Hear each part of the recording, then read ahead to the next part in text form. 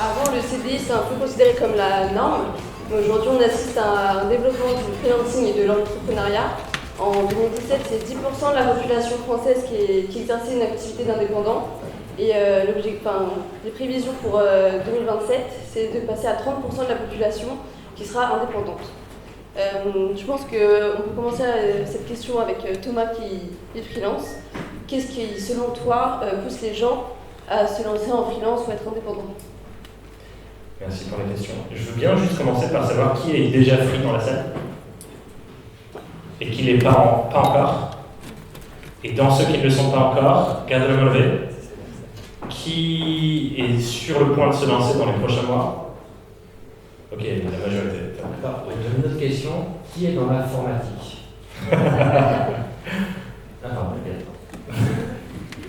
Et du coup, si tu veux bien te présenter pour ceux qui ne me connaissent pas, je m'appelle Thomas Barbet, je suis freelance en stratégie de marque et storytelling. Et il y a une conviction phare qui pousse tout ce que je fais dans mon quotidien, parce que je suis freelance, mais je crée aussi beaucoup de contenu pour les indépendants, raison pour laquelle je suis entouré de ces belles personnes en train de parler ce soir. Et une de mes convictions phares, c'est que pendant longtemps, on s'est trompé sur la définition qu'on donnait au travail. On voyait le travail comme une obligation, quelque chose de lourd, par lequel on était obligé de passer pour gagner son pain, gagner sa vie, payer son loyer. Mais je pense que vous tous ici êtes témoins de ça aussi, comme nous. Collectivement, en tant que société, et vous en les premiers, on est en train de changer notre définition du travail, on est en train de changer notre regard sur le travail, et on le voit davantage comme un moyen d'épanouissement, un outil qu'on peut utiliser pour construire une activité, un mode de vie qui nous ressemble davantage, et qui nous permettent d'aller vraiment vivre un quotidien comme on a envie de le vivre. Et pour moi, le freelancing, c'est un peu le fer de lance de ce mouvement-là, parce que c'est une forme de travail tellement malléable qu'on peut affiner, bouger, et se transformer dans tous les sens comme nous, ça nous correspond. Parce qu'au final, on est les seuls maîtres à bord, entre guillemets, et c'est à nous de définir notre offre, notre rythme de travail, qui sont les clients à qui on a envie de vendre, comment on a envie de travailler, où est-ce qu'on a envie de travailler, etc., etc. Et du coup, pour moi, pour répondre à ta question, je fais le lien du coup. Je pense que c'est vraiment ça, une des premières choses qui pousse quelqu'un à devenir indépendant, c'est de se dire j'ai envie de reprendre le contrôle sur ma manière de voir le travail et ma manière de voir mon quotidien professionnel pour faire changer les critères en fonction de là où moi ça m'intéresse de les faire changer et sortir de cette norme qu'on nous impose entre guillemets dans les entreprises parce qu'elles ont leur méthode de travail, elles ont leur manière de travailler, elles ont leurs horaires, elles ont leurs méthodes, etc. Et je pense qu'un freelance veut s'abstraire de ça pour se dire moi j'ai envie de construire pour moi à partir de zéro, prendre une feuille blanche et définir je vais travailler pour ces personnes-là avec tel type d'offre, tel type de mission, telle manière de travailler, tel lieu, etc. Donc c'est tout ça, je pense, c'est redéfinir sa vision de comment j'ai envie de travailler et à quoi j'ai envie que mon quotidien professionnel ressemble. Merci Thomas. Nicolas, si tu veux bien te présenter rapidement et puis répondre aussi à cette question. Oui. Bon, écoutez, déjà, très heureux de partager ce moment avec vous ici même. Moi, j'ai un parcours un peu atypique. Je suis autodidacte. J'ai arrêté mes études à l'âge de 16 ans. J'ai créé ma première entreprise, j'avais 11 ans. Je faisais des livraisons de petits déjeuners à domicile, mais pour une raison très particulière, c'est que je dors 4 heures par nuit. Et quand vous dormez 4 heures par nuit, il faut occuper ses journées. Alors, c'est très intéressant ce qu'a dit Thomas, parce que le rapport au travail, moi je l'ai vécu avec mes parents. J'avais un père qui travaillait énormément. Et évidemment, j'ai été éduqué dans cette... un petit peu dans cette condition-là, et donc ça a été ancré en moi. Bon, moi il se trouve que je suis on appelle ça un hyperactif, donc moi il faut que j'occupe mes journées, voilà, sinon je m'ennuie et je tourne en rond. Je me suis lancé en 96, j'ai créé ma première entreprise qui s'appelait Solix. C'était un cabinet de conseil en ressources humaines spécialisé dans les systèmes d'information. Bon, je sais qu'il y a beaucoup d'informaticiens dans la salle. Je l'ai créé dans un petit bureau de 10 mètres carrés. J'en ai fait le leader en France. En 4 ans, j'avais une centaine de personnes. On a recruté quelques milliers d'informaticiens pour essentiellement des grands groupes. Mais il m'est surtout arrivé une aventure assez exceptionnelle, c'est que le 11 septembre 2008, je ne sais pas si vous vous souvenez, il y a eu la faillite de Lehman Brothers. énorme faillite, et mon groupe a été frappé de plein fouet par la crise, puisque mon activité a perdu 55% de son chiffre d'affaires en l'espace de 2 mois. Voilà, j'ai été touché par la crise, je suis mis à perdre beaucoup d'argent, ce qui m'était jamais arrivé, j'ai été amené à devoir licencier, j'ai été confronté à tout le problème social que l'on a en France, toute la rigidité du code du travail. Il y a toujours la vision des salariés, il y a la vision des syndicats, mais il y a aussi la vision du chef d'entreprise. Quand on est confronté à de telles difficultés, on apprend évidemment énormément. De cette histoire extrêmement riche, j'en ai fait un bouquin que j'ai appelé « Ma petite entreprise a connu la crise », ce qui m'a valu un certain nombre d'interventions. Mais surtout, j'en ai fait un nouveau métier, c'est que j'ai accompagné des entreprises, des chefs d'entreprise, pour les aider à mener leur projet de transformation. Et au cours de ces 5-6 dernières années, en accompagnant ces chefs d'entreprise qui eux-mêmes étaient confrontés par des problèmes économiques, par des changements, par des mutations que nous provoquons nous-mêmes avec nos petits smartphones, parce que la révolution digitale aujourd'hui, elle existe depuis maintenant 10 ans. En fait, on ne se rend pas compte, mais c'est nous qui sommes en train de dérégler en fait l'ensemble de l'économie mondiale. Je cite quelques exemples. Moi, il y a 20 ans, le truc qui était génial, c'est quand mes parents nous emmenaient au supermarché. Je parle comme un vieux, c'est horrible. Et quand on allait au supermarché, on avait pris nos photos pendant les vacances, on avait des belles pellicules, puis on s'arrêtait dans une boîte française extraordinaire qui s'appelait Photoservice. Et Photoservice, ce qui était génial, c'est qu'on donnait sa pellicule, et en 1 heure, on récupérait ses photos. Bon. On voit typiquement une entreprise comme Photoservice qui a été balayée littéralement par l'économie, l'arrivée donc du digital, des smartphones, l'arrivée des vidéos, des photos sur smartphone a complètement bouleversé. Et on voit une grande entreprise, un grand groupe américain comme Kodak, qui est passé en dépôt de bilan, ce qu'on appelle le Chapter 11 aux États-Unis, comme à l'inverse, un groupe comme Polaroid qui a su résister, qui avait anticipé, qui s'est adapté au juste niveau. Cet exemple-là, je pourrais le citer dans des dizaines de cas, c'est valable pour l'automobile, les agences de voyage. Qui va aujourd'hui encore dans une agence de voyage pour partir en vacances, quand aujourd'hui avec Internet, on peut réserver son billet d'avion, son hôtel, construire son voyage. On développe nos photos, maintenant vous avez des plateformes pour faire vos propres montages. On achète les voitures Tesla, arrête maintenant c'est terminé, ça va être vendu directement par Amazon. On voit que toute cette mutation que nous subissons, c'est nous-mêmes qui la faisons parce qu'on utilise notre technologie et notre smartphone. Moi je suis dans les ressources humaines depuis plus de 20 ans maintenant. Donc j'ai pu observer toute cette évolution du marché en accompagnant, en recrutant, en aidant nos clients, en accueillant des candidats. Et c'est vrai que pour accompagner les clients dans ces projets de transformation, pour garder cette agilité, c'est là où on voit que le monde du travail a complètement changé. Là, je rejoins totalement Thomas.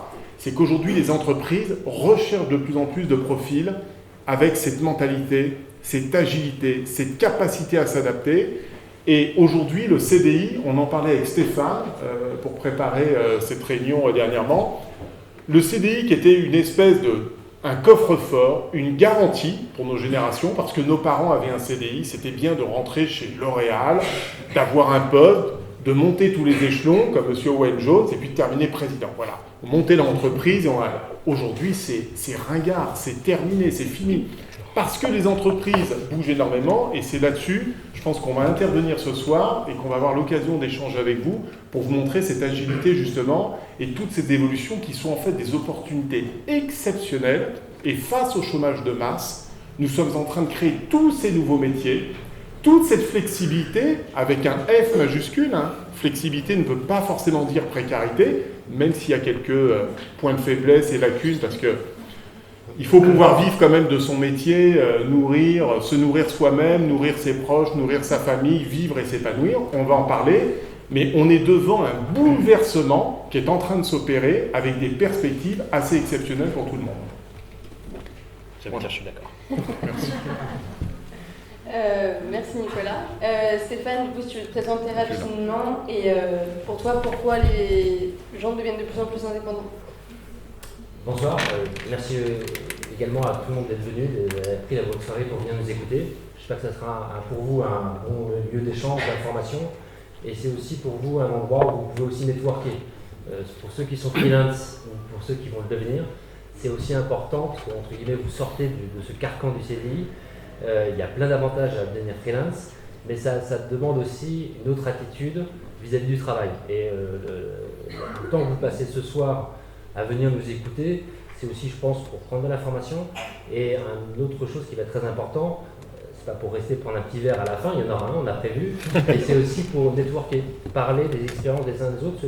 Pour moi, le freelancing, c'est aussi ça, c'est comme on arrive sur un territoire qui est un peu inconnu, où les choses se mettent en place ce soir ou en ce moment, c'est important que, et c'est l'objectif de nous, Cherry-Pick, c'est de créer des communautés, de créer des collectifs, de créer des lieux de rencontre où les gens, quand ils sont indépendants, ne sont pas tout seuls non plus. Cherry-Pick, pour vous présenter brièvement, c'est quoi? C'est une place de marché justement pour aider les freelances à trouver des missions, à avoir des missions récurrentes, donc à moyen long terme. Donc on a des contrats de 3 mois, 6 mois, jusqu'à 2-3 ans. Donc il y a une stabilité. On va être là pour vous apporter des missions, une sécurité contractuelle, puisqu'on va gérer la partie contractuelle avec les clients et on va vous payer à l'heure, grosso modo. Ce que nous on ne sait pas faire, par contre, donc déjà c'est beaucoup.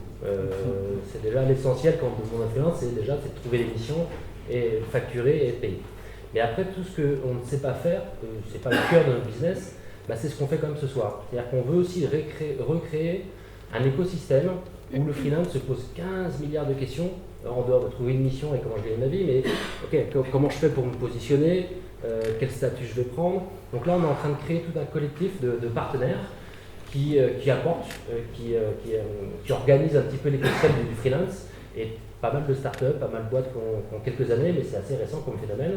Et là, on veut recréer justement par des meet-ups, par des communications ou autres, justement des lieux d'échange où les freelances, on va inventer, on n'a pas encore trouvé de nom d'ailleurs, mais j'appelle ça un peu le DRH du freelance, c'est de A à Z, qu'est-ce que je fais quand je veux lancer freelance, je prends de l'information comme ce soir, et une fois que j'ai pris l'information, j'ai pris ma décision, quelles sont les étapes, quels sont les bons partenaires, et voilà, tout l'écosystème est en train de se mettre en place aujourd'hui. Et c'est ce qu'on disait à l'instant, tout ce phénomène du freelancing, ça part de vous, vraiment. C'est pas nous, on répond juste à une demande des sociétés. On parle de flexibilité, on pense toujours, c'est un mot qui est un peu tabou en France. La flexibilité, ça fait peur à tout le monde, ainsi de suite. Ça fait penser un peu à la précarité. Mais on s'aperçoit que c'est un vrai choix. C'est pas les sociétés qui imposent cette plus de flexibilité. Ce sont nos candidats, nos freelances, qui ont fait ce choix-là parce qu'ils veulent avoir de l'indépendance, ils veulent être maîtres de leur carrière, ils veulent avoir le rapport au travail change complètement. On veut plus, on va dire, bosser comme des ânes dans des grosses boîtes à la défense, bosser pendant 15-20 ans et se faire jeter quand on a 40-50 ans, divorcer 3 fois. Il y avait des... Bon, très bien. Je caricature un petit peu, mais il y avait quand même des trajectoires de carrière qui ne font pas rêver. Et le freelancing, justement, permet de reprendre un peu la main sur ses choix, tout simplement. Par contre, derrière, on répond à ce phénomène-là et c'est réellement les candidats, les freelances. Et je pense que nous, nos clients, parce que j'ai bossé pendant 10 ans dans l'informatique et le conseil, dans le recrutement, donc on a à peu près le même parcours avec Nicolas. Nos clients, ils ont du mal à recruter, tout simplement, ils galèrent. On est dans un marché un peu spécifique, c'est très porteur, c'est l'informatique et le conseil, mais nos clients ont du mal à recruter en CDI, ils n'y arrivent pas. Ils n'y arrivent pas parce que de plus en plus, toutes les compétences passent côté freelance. Donc aujourd'hui, ils sont obligés de trouver les bonnes compétences sur le marché du freelancing. Mais parce que les gens qui veulent reprendre leur carrière ou leur vie un peu en main se mettent sur ce marché-là. Donc c'est très important que ce phénomène, on l'analyse comme ça. C'est pas les sociétés qui veulent plus de flexibilité, mais c'est vraiment une demande de vous, des freelances, des candidats. Donc voilà, donc Cherry-Pick, on est là aussi pour ça, pour trouver des missions et puis après essayer d'organiser un petit peu l'écosystème pour que les gens network, les gens se parlent et qu'on apporte de la valeur. Merci Stéphane. Et du coup, Jacques, tu veux bien te présenter rapidement? Mais du coup, bonsoir à tous, merci à tous d'être là. Je pense que initialement, Jean Zenouni devait prendre la parole ce soir, c'est le président d'OpenWork, il a eu un programme, mais du coup, je remplace. J'imagine que vous êtes tous ravis de faire ma connaissance. En tout cas, moi, je suis ravi. Je me reconnais un peu dans le discours de tous les trois. Je pense qu'on a bien fait de se réunir ce soir chez OpenWork. Du coup, c'est une société de portage salarial pour ceux qui veulent la sécurité du salariat et la liberté d'indépendance, le portage salarial est une voie indiquée. On pratique des frais de 7%, plafonné à 100 €. Je pense que si vous devez retenir qu'une chose ce soir, c'est ça.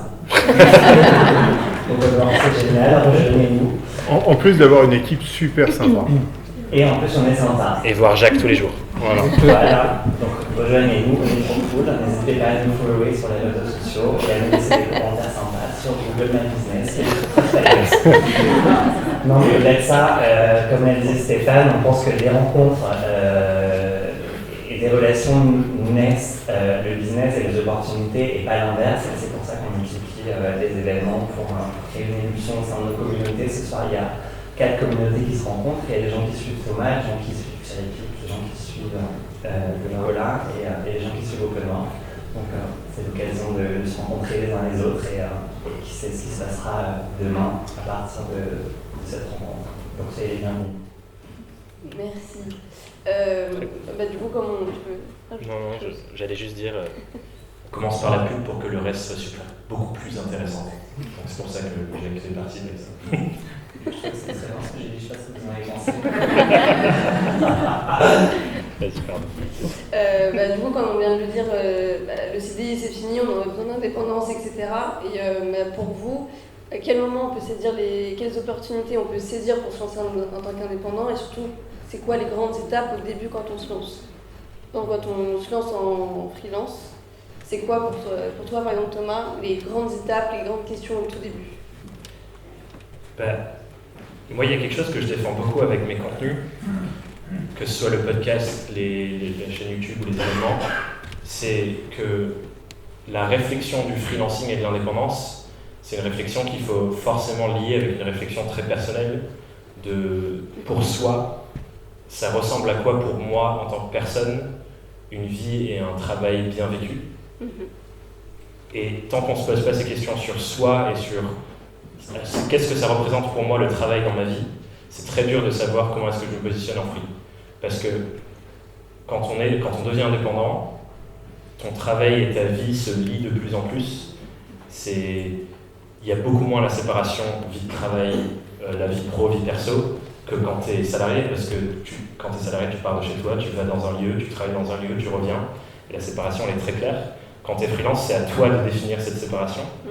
Et du coup, c'est hyper important, selon moi, d'avoir cette réflexion personnelle de comment je me place par rapport à mon travail, comment je place le travail par rapport à moi, et c'est quoi le rôle que j'ai envie de jouer avec mon activité. Il y a des réflexions communes pour les personnes dans ma communauté qui sont quel est l'impact que j'ai envie d'avoir avec mon travail, c'est quoi le sens que j'ai envie de lui donner, c'est quoi les clients pour qui j'ai envie de travailler.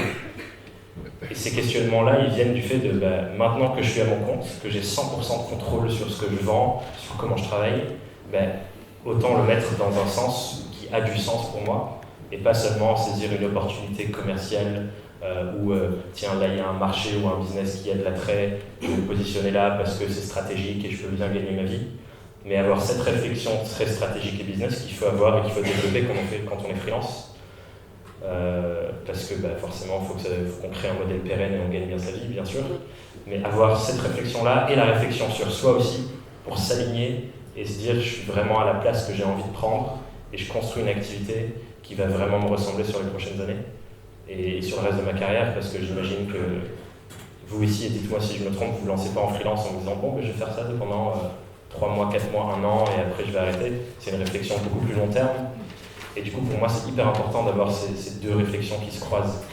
Donc je dirais que c'est ça le point de départ. Après bien sûr on pourrait parler de stratégie commerciale, stratégie de communication, positionnement, offre, etc. Mais pour moi, j'ai vraiment envie de vous inviter à avoir cette réflexion qui revient sur vous et de vous dire mon travail et mon activité, à quoi j'ai envie qu'elle serve concrètement dans ma vie et comment est-ce que j'aligne avec pour qui je veux travailler, toutes ces questions qui viennent derrière. Pour rebondir sur ce que tu disais, je pense que toi tu interviens un peu plus en amont avec les freelances sur qu'est-ce que tu veux réellement faire dans la vie, comment te positionner, ainsi de suite. C'est vrai que Luxury, quand vous arriverez freelance, vous parlerez après à des intermédiaires comme nous, des plateformes. Il faut déjà avoir ce projet très clair en tête, parce que le freelancing, c'est un marché du travail qui va très vite. C'est une bonne chose, mais ça va très très très vite. C'est-à-dire que nous, nos clients, quand ils nous consultent, ils ont un besoin, c'est pas dans 3 mois, c'est pas une idée, ça se fait, on en parle, on a un besoin qui arrive aujourd'hui, il faut commencer lundi matin. Donc ça va très très vite, ça se fait en call, il y a un onboarding sur une plateforme, il y a des infos qui sont prises quand même en amont, mais une fois que tout est fait en amont, qu'on a le profil, on sait qui vous êtes, ainsi de suite, quand on appelle nos free, c'est ok, t'es dispo, ok, cool, ça t'intéresse, premier brief, 24 heures après, il y a l'entretien et lundi prochain, la mission commence. Donc il faut quand même en amont être hyper clair sur votre projet, entre guillemets. Votre projet, ce que vous souhaitez faire, ce que vous ne souhaitez pas faire aussi, dire ça je veux, ça je veux pas. Et ça en effet, il faut vraiment le faire ce boulot-là en amont parce que derrière, en fait, ça va hyper vite. On rassure sur le groupe. D'ailleurs, effectivement, le marché du freelancing va super vite et du coup, je relance quand salarié des gens en 24 heures. Mais c'est intéressant, on peut faire un reportage salarial. Si demain on a une opportunité de mission, on n'a pas encore de CSU, il faut pouvoir déclarer son activité très très vite. Et bien, un reportage salarial peut être une solution, peut-être de transition et ensuite vous passez par des modèles différents de CSU, etc. en fonction de ce qui vous convient et après avoir répondu aux questions que Thomas nous invite à vous poser. Mais en tout cas, dans une situation de transition et d'urgence, le reportage salarial peut être une solution. Alors peut-être sur un volet un peu plus RH, je pense qu'avant d'être indépendant, il y a deux manières de devenir indépendant, si on devait mettre dans deux catégories. Il y a ceux qui le subissent, et je parle en connaissance de cause parce que quand on parle de management de transition, l'origine du management de transition il y a 20 ans, c'était schématiquement, j'étais cadre dans une entreprise, 55-58 ans, j'ai été débarqué par mon employeur, je me retrouve au chômage, et donc j'ai encore envie de donner un peu de mon savoir-faire et de mes compétences. Et c'est comme ça que le management de transition est né il y a plus de 20 ans en France. D'accord ? Plutôt sur les opérations de restructuring, avec des profils, avec un peu de cheveux blancs, beaucoup de bouteilles, puis un gros bagage. Bon. Ce que je veux dire par là, c'est que c'était subi. Donc, c'est un élément important. Le deuxième cas de figure, c'est on est dans une entreprise, on a vécu l'entreprise avec ses vies, ses douleurs, ses moments de joie aussi. Hein. Il n'y a pas que des entreprises où c'est compliqué, hein. Il y a des parcours qui sont quand même assez exceptionnels. Mais en tout cas, il y a une espèce de cheminement intérieur dans lequel on ne se retrouve pas forcément, parce que votre vie a évolué, parce que vous êtes peut-être en couple aujourd'hui, parce qu'il y a peut-être d'autres priorités qui sont arrivées dans votre vie, il y a un nouvel équilibre de vie, l'entreprise peut avoir changé d'actionnaire, d'objectif, accéléré son développement, bon, ou manquer au contraire de projets, et vous vous retrouvez en décalage. Ça, on est vraiment dans les ressources humaines. Quand on se retrouve en décalage, il y a un cheminement qui se fait, que vous pouvez vous faire par vous-même, avec des amis, avec des coachs. Et quand il y a un moment où vous décidez de devenir indépendant, parce que vous sentez que ça devient justement mature, c'est là où il faut bien préparer son projet. Donc c'est très important parce que d'un côté, c'est plutôt subi et c'est jamais très bon. Et de l'autre côté, c'est plutôt un cheminement naturel en fonction justement de l'évolution à la fois de l'entreprise et de votre propre évolution sur le plan personnel. Bon, ça c'est déjà un premier point, c'est déjà de bien se caler. Le deuxième élément, on parle toujours d'indépendant, alors c'est vrai, mais n'oubliez jamais une chose, ça c'est sans doute peut-être un conseil, s'il fallait en retenir en l'occurrence un, c'est qu'il faut être, en étant indépendant, il faut être ultra connecté. Ultra connecté. Indépendant ne signifie pas je suis chez moi, dans mon bureau, seul, je me lève le matin avec ma feuille blanche et puis je me retrouve complètement isolé. La force d'un collectif et d'une entreprise, quand tu rentres dans une entreprise, c'est d'avoir des collègues, des hommes, des femmes, plus jeunes, des seniors. Et quand on a un petit peu cette intelligence intuitive, c'est de capter les expériences, le vécu, les personnalités, c'est d'apprendre des autres, c'est de s'enrichir, de monter en compétences pour pouvoir grandir et s'épanouir au travers de sa carrière.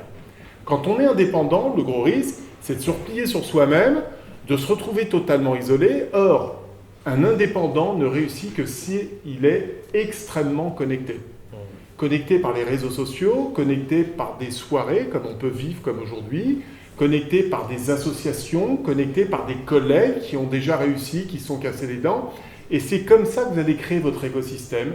C'est comme ça que vous allez pouvoir bâtir votre projet, trouver votre équilibre de vie, et puis ensuite vous avez effectivement différents prestataires, différentes plateformes, différents coachs qui sont des ingrédients et qui vont vous aider finalement à donner vie à votre projet d'indépendant dans votre cœur business, dans votre domaine de compétences.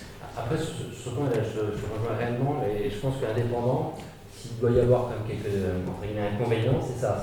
Il y a beaucoup de personnes qui sortent du carcan du salariat, mais encore une fois, le salariat, c'est au moins ça organise tout. Voilà, c'est assez réglé, il y a une organisation autour de vous, et quand on sort de ça, en effet, il ne faut pas se perdre et être tout seul. On en parlait ce soir, et alors Sophie, je ne sais pas où tu es. On en parlait ce soir, justement des indépendants qui sortent d'une mission, ils ont des choses excellentes à raconter dans une société de conseil ou autre, ils vont pouvoir partager ça autour d'eux. Aujourd'hui, les freelances, il n'y a pas ça. Donc réellement, vous êtes en train d'apprendre, vous allez vous lancer, nous on organise un petit peu le marché, parce qu'il y a des manques, ça n'existe pas encore ça aujourd'hui. Des lieux comme ça, ou thématiques sur du business, sur quelque chose qui va vous intéresser, d'avoir ces retours d'expérience où les indépendants vont pouvoir apprendre des uns des autres. Et c'est tout ça qu'on est en train d'essayer de mettre en place. Pour être franc, si vous cherchez aujourd'hui tout le circuit, ça se met en place. Voilà. Donc c'est ongoing, mais ça c'est vraiment important d'avoir ça en tête parce que être indépendant, être tout seul à un moment donné, c'est bien, on gagne mieux sa vie, on choisit ses missions, ainsi de suite, mais il manque ce lien. Voilà, il manque ce lien qu'on a quand même dans une société, qu'on a avec des collègues, ainsi de suite. Je trouve qu'il faut le garder. Quelque chose qui rejoint beaucoup ce qu'on dit depuis tout à l'heure, c'est que je trouve qu'il y a une vraie question d'état d'esprit, où il faut constamment être dans une démarche de proactivité. Comme je disais Nicolas, aller chercher des personnes avec qui échanger, aller chercher de l'information, aller chercher des nouvelles rencontres, aller chercher des nouveaux potentiels collègues avec qui on peut travailler sur une mission, mais aussi dans la démarche de se demander, et ça revient à ce qu'on disait au début, d'avoir une belle clarté sur son projet. Parce que pour moi, je vois clairement deux types de freelance.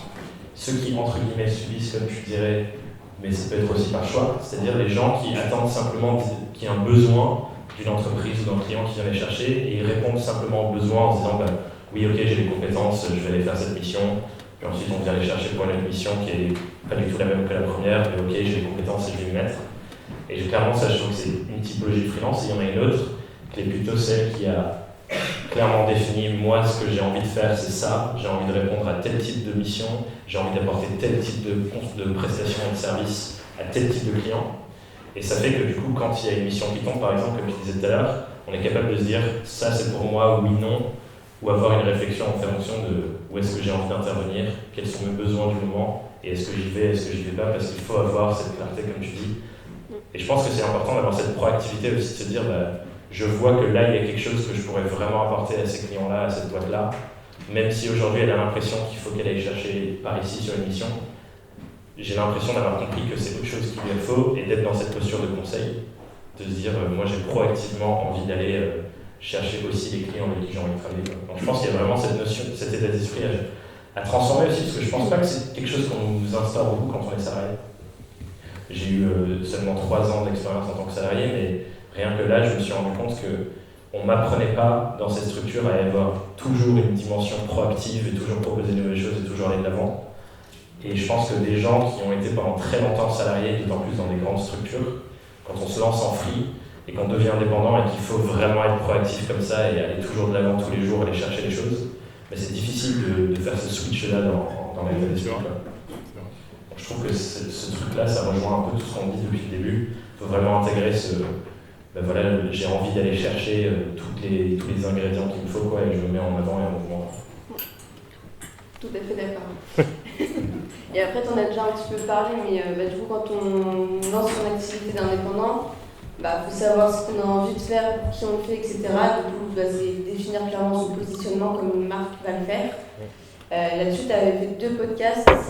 Est-ce qu'il y a des vraiment choses à retenir, des conseils que tu voudrais dire ce soir? Tu parles de quel épisode? Je sais plus. Tu sais lequel? Pour moi, le lancement de n'importe quelle activité, effectivement, c'est le travail que je fais pour mes clients sur la stratégie de marque aussi. Mais c'est le cas aussi pour les free, c'est la rencontre de plusieurs cercles et trouver le point de rencontre au centre. Donc il y a le cercle qui est le cercle client, qui sont les clients pour qui j'ai envie de travailler, qui sont les êtres humains qui sont ces clients, parce que souvent on se dit je fais du B2B, du B2C, mais on oublie qu'en fait derrière c'est des vrais êtres humains qui, au-delà d'avoir des besoins très fonctionnels et concrets, comme il faut que je refasse mon site, il faut que je crée une identité visuelle, il faut que je développe mon acquisition client. Mais derrière ça, il y a aussi tout un bagage émotionnel qui fait que ces gens-là, ils ont des peurs, des craintes, des frustrations sur leur boîte, et c'est ça qu'ils vont faire, qu'ils vont passer à l'action. Donc comprendre ces clients-là vraiment, vraiment profondément jusqu'au niveau émotionnel, et pas seulement je crée des identités visuelles. Je crée une identité visuelle pour eux. Donc il y a ça. Il y a la partie du coup qui est pour soi, donc c'est tout ce que je partage dans le podcast sur son pourquoi, sur ses valeurs, toutes ces choses-là, donc c'est son identité personnelle. Trouver le point de rencontre avec ça. Ensuite, il y a son offre, C'est-à-dire qu'est-ce que je vais concrètement proposer à ces clients qui me permet moi d'avoir l'alignement avec qui je suis. Et quand on rencontre ces 3 cercles-là, c'est là où en général on peut commencer à construire une activité, parce que si on se concentre que sur le client, ben sur le long terme ça ne nous aide pas parce qu'on n'est pas aligné. Si on se concentre que sur soi, ben c'est un hobby plus qu'un business. Et si on se concentre que sur l'offre, sans prendre en compte le client, etc., ben on construit des choses et des services qui au final ne trouvent pas de rapport sur le marché. Donc ça c'est 3 cercles. J'en rajouterai peut-être un 4e qui est aussi, on parlait, et c'était un peu un sujet du talk ce soir, de la mouvance et du changement constant du marché. Il y a des nouveaux besoins qui se créent chaque jour, et ça nécessite d'avoir une très forte capacité d'écoute. Moi, il y a un exercice que je fais tout le temps avec mes clients, c'est prendre du temps pour prendre un café, les avoir au téléphone et énormément discuter avec eux. Je le fais au début d'émission, à la fin d'émission, je prends des nouvelles 3 mois plus tard, 6 mois plus tard pour comprendre l'évolution et le changement de leurs besoins par rapport au marché. Et c'est ça qui nous permet aussi de constamment être prêts à solutionner leurs nouvelles problématiques qui arrivent, parce que ça change très vite. Et si, pour toute entreprise c'est le cas, si on continue de vendre une offre pendant 6 ans la même et qu'on la fait jamais évoluer par rapport au marché, au final on est pas. Ouais, il faut être proactif, connaître pour qui on travaille, ce qu'ils veulent. Et parfois ils nous disent quelque chose, par exemple juste quand ils nous font un brief, on se rend compte qu'en creusant avec eux qu'au final c'est pas vraiment ce qu'ils veulent et qu'il y a un gros potentiel derrière. Voilà là-dessus. Et prendre en compte aussi les évolutions du marché, les tendances, etc. Donc il faut toujours rester proactif pour rester connecté, comme tu disais, pour évoluer dans le sens et pouvoir adapter son offre et rester toujours épanoui dans ce qu'on veut faire. Et quand on parle du positionnement, Stéphane, nous on recrute du coup des talents. Au niveau du positionnement, est-ce que tu trouves aussi que c'est important que le freelance sache ce qu'il fait, ce qu'il vend, etc. Par rapport au client quand il cherche un talent? Je pense que ça c'est essentiel. Trouver ses raisons personnelles, pourquoi on veut se lancer en freelance, ainsi de suite. Donc ça c'est en amont.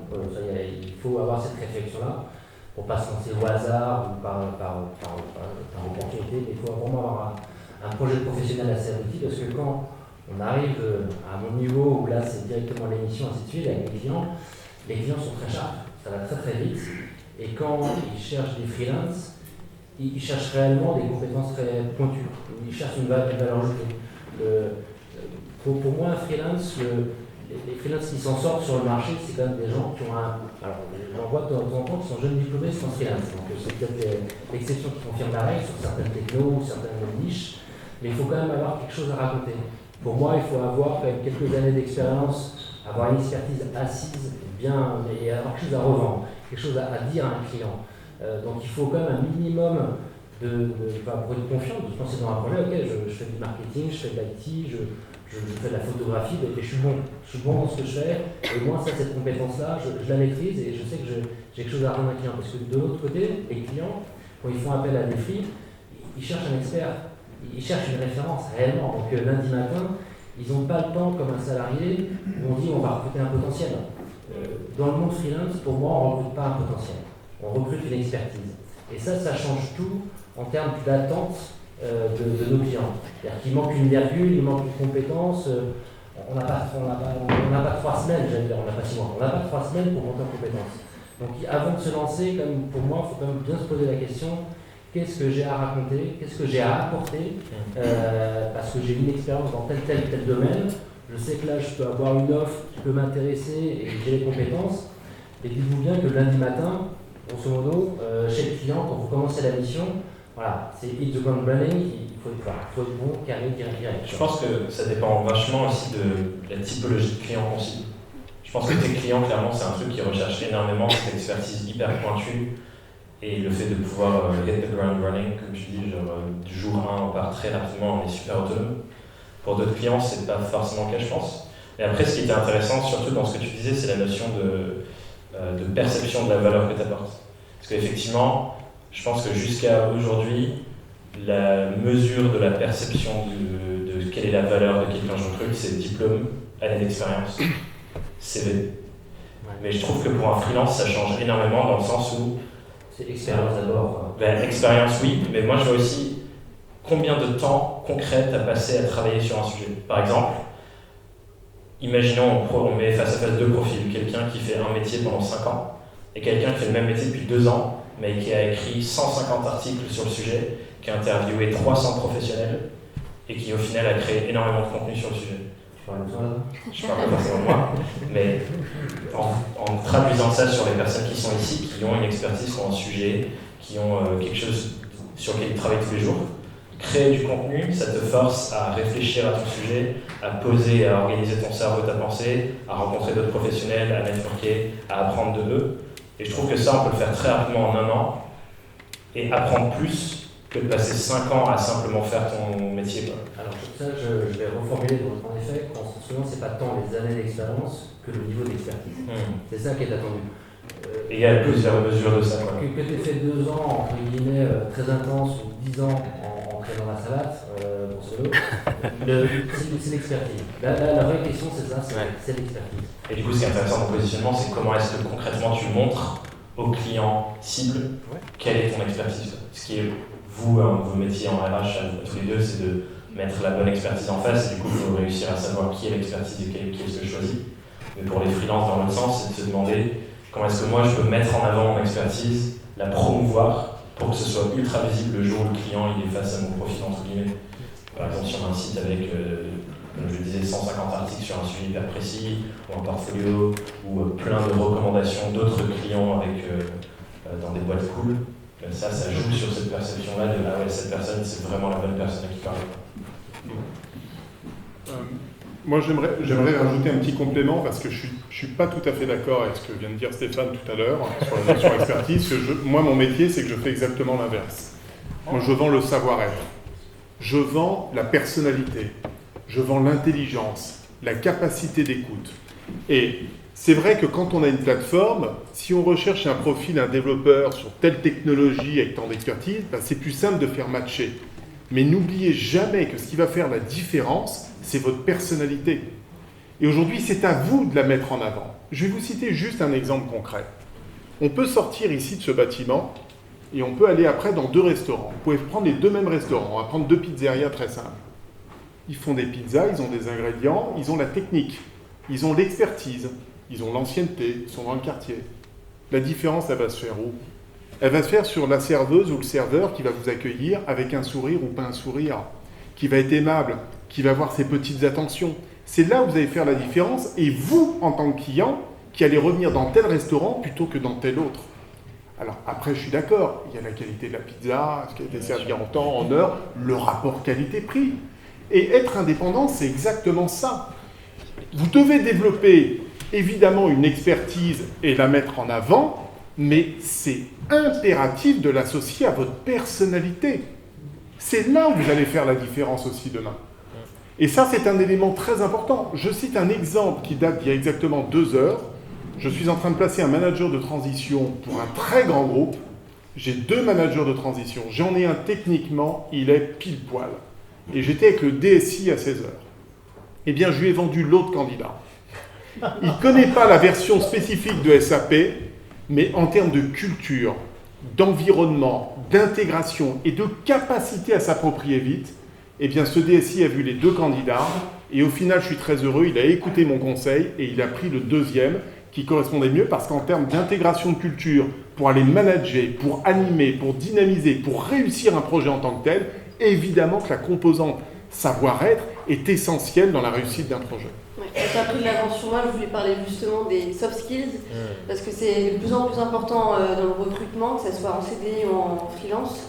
Il y a les compétences, il y a le diplôme, maintenant le CV ça commence à perdre quand même de la valeur, parce que ce qui est important c'est qui sont ces gens, ce qu'ils ont à raconter, ce qu'ils font à côté, leur hobby, leur personnalité, etc. Et là-dessus, du coup, tu viens de dire un peu ton avis, mais Stéphane ou même Jacques, parce que pour vous, vraiment, les soft skills, c'est vraiment très important. Est-ce que ça va vraiment prendre un poids plus important que le CV classique? Je pense que j'adore déjà l'idée d'être soi-même. Je trouve ça très très cool. Et je pense que chez OpenWork, on l'a bien compris, on propose des ateliers de formation très régulièrement qui sont offerts à la communauté. Et le but de ces ateliers, c'est de développer autre chose que les compétences intrinsèques qu'ils ont à faire matcher face à un besoin de mission. Savoir parler en public, par exemple, c'est un des thèmes qu'on adore, mais il y en a d'autres. Ouais, toi-même, c'est très très important. Je trouve ça cool comme idée, et je voulais dire autre chose, mais j'ai oublié. Du coup, quand on devient indépendant, c'est en fait, on se confronte à une nouvelle expertise qui est celle de devenir un entrepreneur. En fait, il faut faire des factures, etc. Et je sais pas moi, on se fait l'article en table administrative et financière. Voilà. On peut l'applaudir.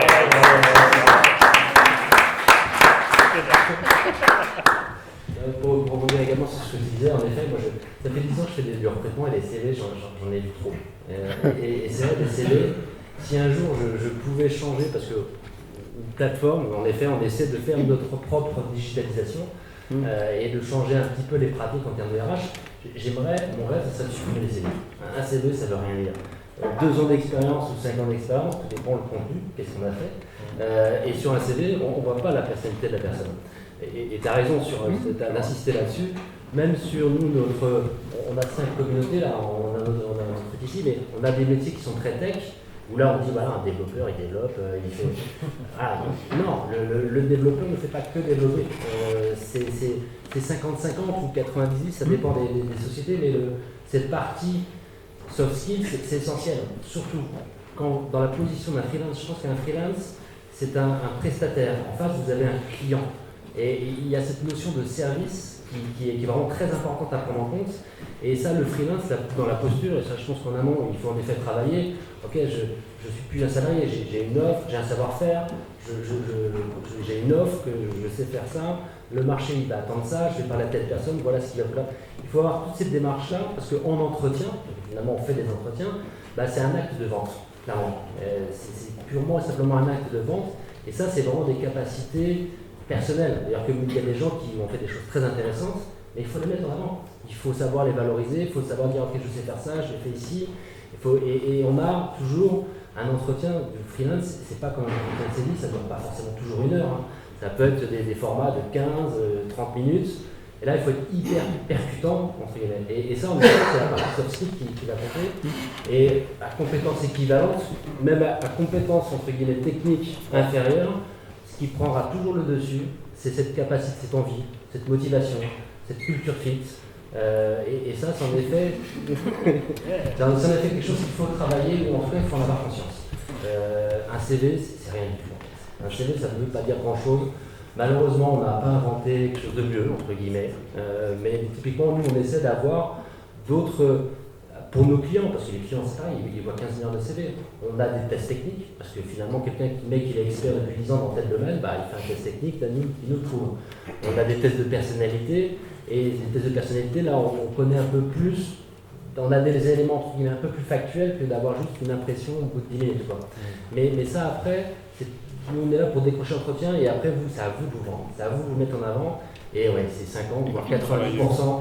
50 voire 90% du job et du choix du client, il est aussi clairement là-dessus. Ouais, et je pense que j'ai envie de réappuyer sur ce que je disais tout à l'heure, c'est que ces recruteurs qui sont en face de vous, les clients, etc., encore une fois, se souvenir que c'est des êtres humains, et ça revient à la base du marketing, parce que je pense que beaucoup trop de personnes ont oublié ce que c'est le marketing et la base, parce qu'on l'a démonisé, on a fait l'outil de tous les vices et de toutes les horreurs de notre monde, mais à la base, le marketing, c'est une science créée pour créer du lien entre quelqu'un qui vend quelque chose et quelqu'un qui achète quelque chose.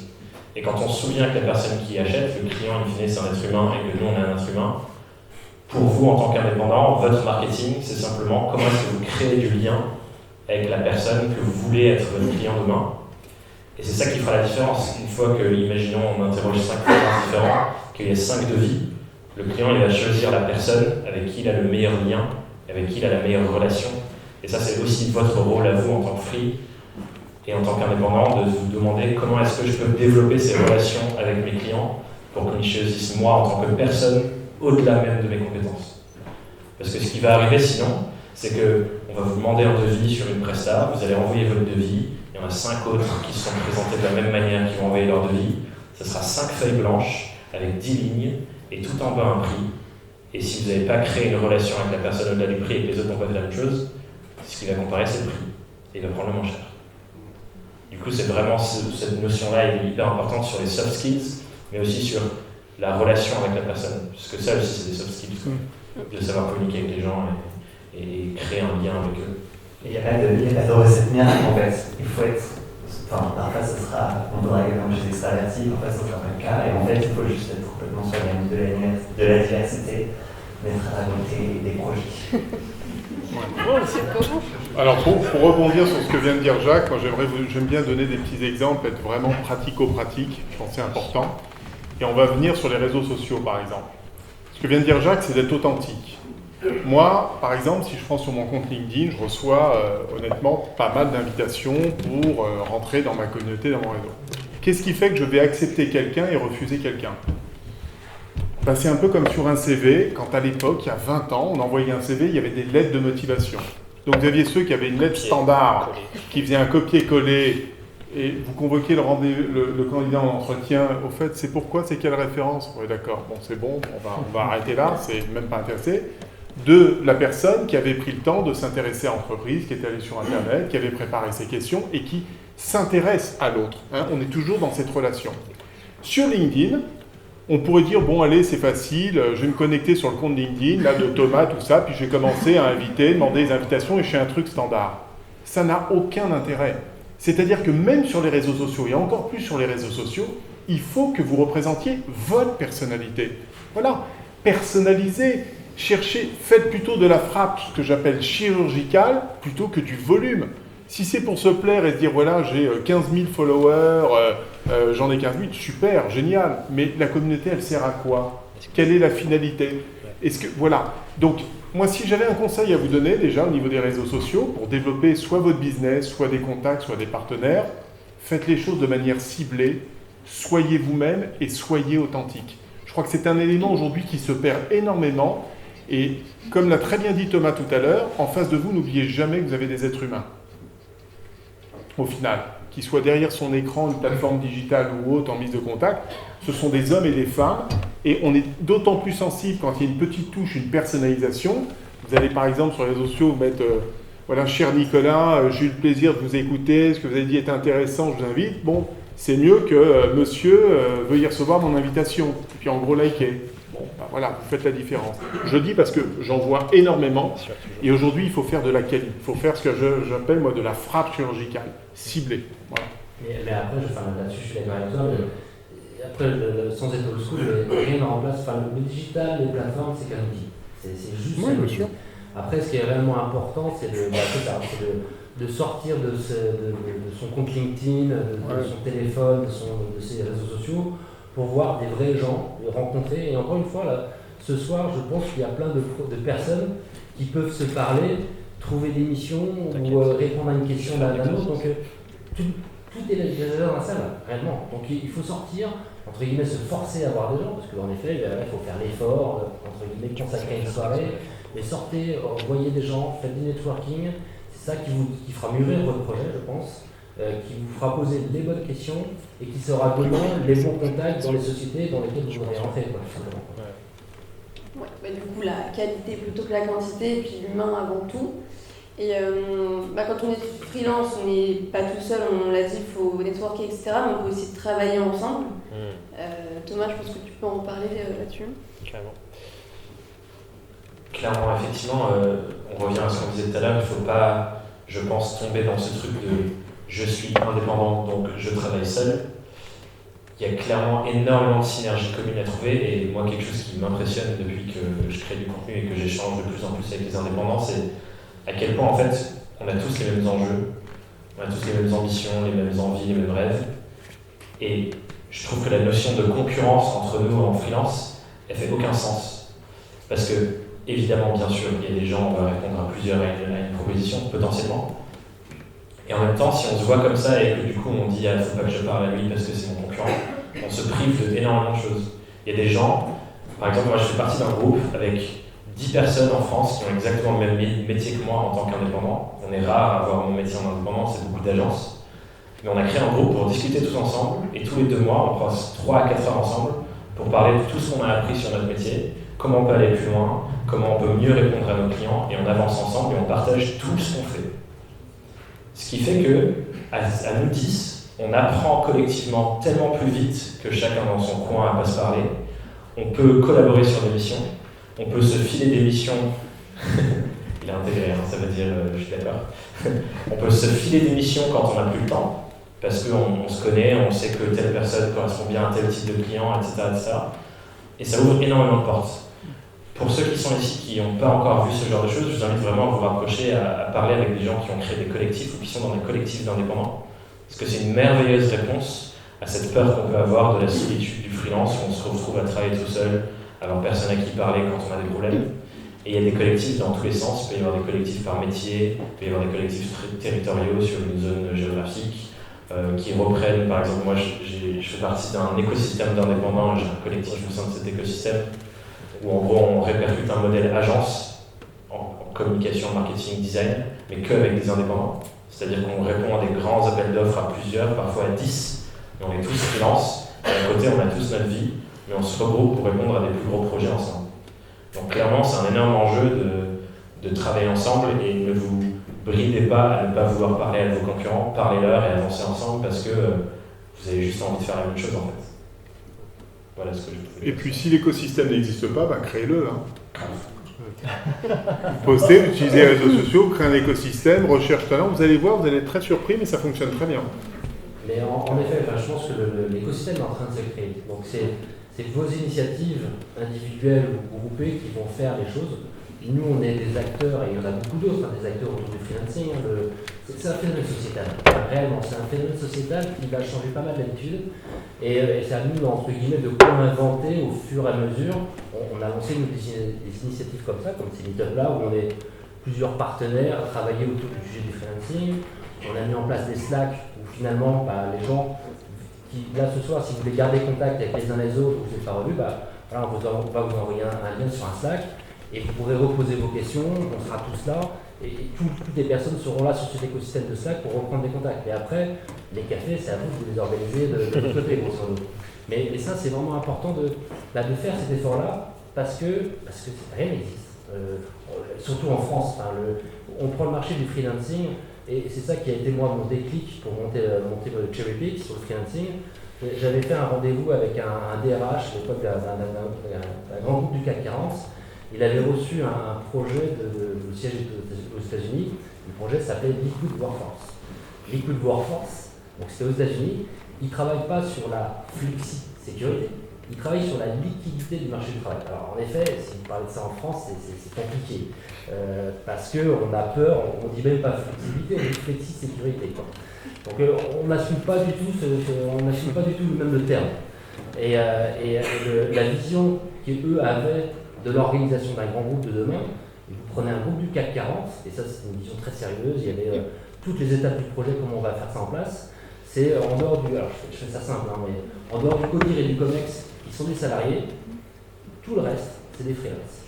Comment demain, un grand groupe s'organise sur la gestion de son informatique, son knowledge management, sa formation, son staffing, pour que ce soit une réalité. Et maintenant c'est visionnaire, c'est incroyable. Et en fait non. Le marché du freelancing aux États-Unis, c'est 34% aujourd'hui de la population active qui est freelance. Et en 2027, c'est 51%. Un actif sur deux sera freelance. Donc en fait, les sociétés, encore une fois, c'est ce qu'on disait en introduction, répondent, les organisations, les sociétés répondent à, on va dire, à un marché du travail qui change. Et c'est nous qui faisons changer la façon dont travaillent les grands groupes. Et les grands groupes sont entre guillemets un peu dans la merde parce qu'ils ne savent pas comment faire. Ils ne savent pas comment vous parler, ils ne savent pas quelles sont vos motivations, comment vous onboardez. Donc même eux, on va faire des meet-up thématiques d'ailleurs, et la prochaine fois on aura des clients pour savoir qui vous êtes. D'ailleurs ça serait intéressant qu'on vous invite, mais il y aura ici des clients, ils diront comment on fait pour recruter des freelances, comment on fait pour les onboarder, comment je leur parle, est-ce que je les forme, est-ce que ça vaut de le faire, etc. Donc même eux, ils sont entre guillemets face à ce phénomène et ils ne savent pas trop comment faire. Mais, Ce que je voudrais dire pour rebondir sur ça aussi, c'est qu'effectivement, les gens les plus perdus, je pense, dans cette mouvance sociétale, c'est les boîtes qui ont des besoins et qui ne savent plus comment trouver la réponse à ces besoins-là. Et du coup, je pense qu'on dit souvent, et c'est des conversations que vous avez peut-être eues avec vos amis, vos parents, vos collègues, peut-être votre conjoint, qui vous disent « Non mais t'es sûr, le freelance, c'est très bien, non ?» Et on me positionne souvent dans une position de faiblesse, en fait. Alors que moi, je pense vraiment que, bien sûr, on est au début, donc c'est encore pas installé, Mais à terme, c'est nous, notre rôle aussi, d'instaurer comment est-ce qu'on veut que les boîtes travaillent avec nous, comment est-ce qu'on veut que les sociétés nous briefent, comment est-ce qu'on veut que ça se passe, cette relation de travail, et d'avoir cette pédagogie aussi. Il y a un épisode sur le podcast que j'ai fait avec quelqu'un qui est designer, et elle a une chaîne YouTube, et elle crée du contenu, et son seul objectif, c'est d'apprendre à ses clients à mieux travailler avec elle. Donc elle crée plein de contenus pour leur expliquer son métier, comment bien travailler avec elle, et elle me dit, quand c'est des clients qui ont regardé mes vidéos, et des clients qui n'ont pas regardé mes vidéos, la différence, elle est énorme. Et elle prend énormément de plaisir à travailler avec des gens qui ont déjà consommé du contenu sur son métier, sur comment elle bosse, sur qu'est-ce que c'est de bien la briefer, etc. Et elle se dit avec eux, ça se passe tellement bien. Et je pense que c'est aussi du coup notre responsabilité de faire en sorte que nos clients comprennent nos métiers, comprennent comment on bosse, comment on veut bosser, et pourquoi c'est un avantage pour eux, pour ensuite du coup instaurer vraiment notre vision de comment on veut bosser, quoi. Et on a un rôle à jouer là-dedans, on n'est pas dans cette posture passive à attendre que les entreprises apprennent à bien travailler avec les freelances. Mais regardez, Stéphane a raison, même si les grands groupes se posent beaucoup la question, moi j'ai 2 petites anecdotes quand même. D'abord, la semaine dernière, dans les Échos, pour ceux qui ont suivi, il y a une grande banque française qui a pris la décision de ne plus embaucher des directeurs d'agence, mais des auto-entrepreneurs, ce qui est quand même une révolution, hein, parce que justement, ils n'arrivent plus à recruter. C'est-à-dire que la politique qui consiste à recruter des jeunes écoles de commerce, bac plus 5 pour être des chefs d'agence, bien les payer, ça ne fonctionne plus. Ils ne veulent plus y aller. Donc ils prennent des indépendants en statut auto-entrepreneur, et c'était dans les Échos la semaine dernière. Donc tout ça pour vous dire, c'est on n'est pas là en train de vendre une espèce de sauce où de vous convaincre et de s'auto-convaincre que c'est un marché. C'est une espèce de tsunami, voilà, qui a débuté, qui va continuer, et on est qu'au début justement de cette transformation, encore une fois, dont nous sommes les propres acteurs. Hein. Puis un deuxième sujet, je vais reprendre ma casquette de vieux, à 43 ans, c'est horrible. Il y a 20 ans, quand j'ai fait ma première conférence à HEC, je m'en souviendrai, j'étais tout jeune, je rencontrais des jeunes étudiants sortis d'HEC à Jouy en Josas. On les interrogeait, ils voulaient tous une chose. Ils voulaient rentrer à Société Générale, chez L'Oréal, Groupe Total, et dans les groupes de conseil. J'ai fait la même conférence 20 ans après. Je suis un peu le Roger Federer, non, pardon. Il y a 2 mois, vous interrogez les étudiants, 98% des jeunes veulent monter leur start-up et être indépendants. C'est la même école de commerce, il s'est passé juste 20 ans, et c'est pour vous montrer l'évolution et le changement des mentalités. C'est hallucinant. Hallucinant.